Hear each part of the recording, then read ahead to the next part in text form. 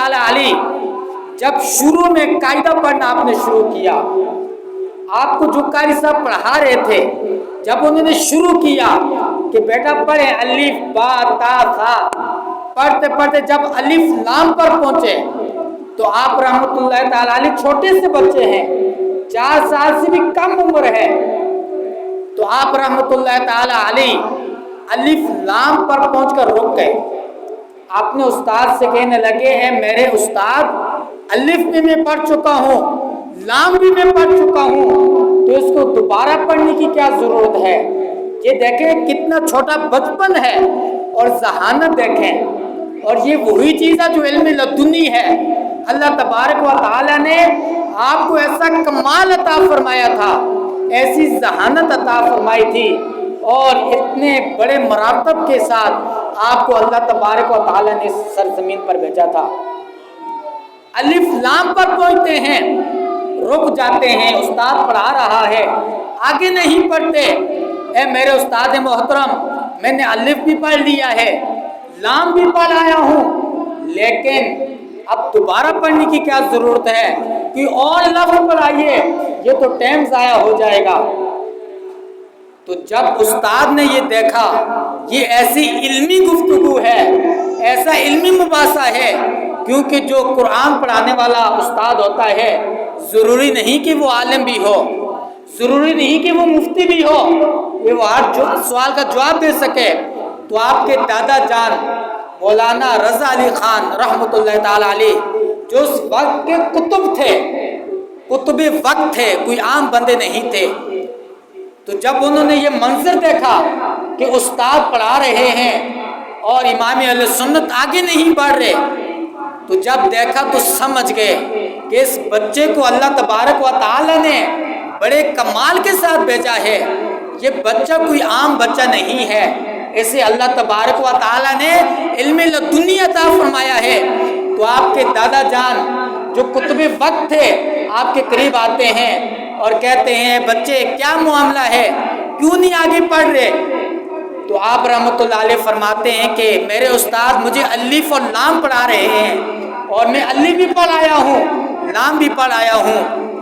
تو آپ کے دادا جان سمجھ جاتے ہیں، کہتے ہیں میرے بیٹے، اے میرے پوتے، وہ جو آپ نے الف پڑھا ہے وہ در حقیقت حمزہ تھا، اور جو الف ہوتا ہے وہ ساکن ہوتا ہے، جو تنہا نہیں پڑھا جا سکتا۔ اصل میں یہاں پر آپ کو الف کا جو تلفظ ہے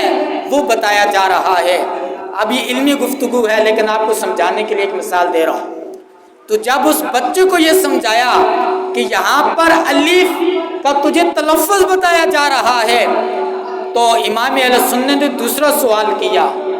اب اسے بھی اللہ تعالیٰ نے علم لدنی سے نوازا تھا اور سامنے کتب وقت موجود ہے، تو دوسرا سوال کیا ہے میرے دادا جان، اگر الف کا تلفظ ہی بتانا تھا تو لام سے پہلے اور کئی لفظ تھے، با ہے، تا ہے، سا ہے، جیم ہے، تو یہ کیا وجہ ہے کہ الف کو لام کے ساتھ ملا دیا جو کئی لفظوں کے بعد آتا ہے اور الف لام لکھ کر بتا رہے ہیں؟ تو آپ کے دادا جان فرمانے لگے اے میرے پوتے، اے میرے صاحبزادے، اصل میں اس کی وجہ یہ ہے کہ الف اور لام یہ لکھنے میں بھی ایک طرح ہیں، جو کہ صورت میں ایک طرح ہوئے، اور سیرت میں بھی ایک طرح ہیں کہ وہ اس کا دل ہے اور یہ اس کا دل ہے۔ گویا آپ کے جو دادا جان تھے، جو اس وقت کے کتب وقت تھے، وہ آپ کی ذہانت کو سمجھ چکے تھے، وہ آپ کے کمال کو سمجھ چکے تھے کہ یہ بظاہر تو ایک بچہ نظر آ رہا ہے، لیکن یہ صرف بچہ نہیں ہے، اللہ تبارک و تعالی نے اسے علم دین کا بہت بڑا کام لینا ہے، اسے حضور کی سنیت کا بہت بڑا کام لینا ہے۔ آپ کے دادا جان نے راز ہی رازوں میں،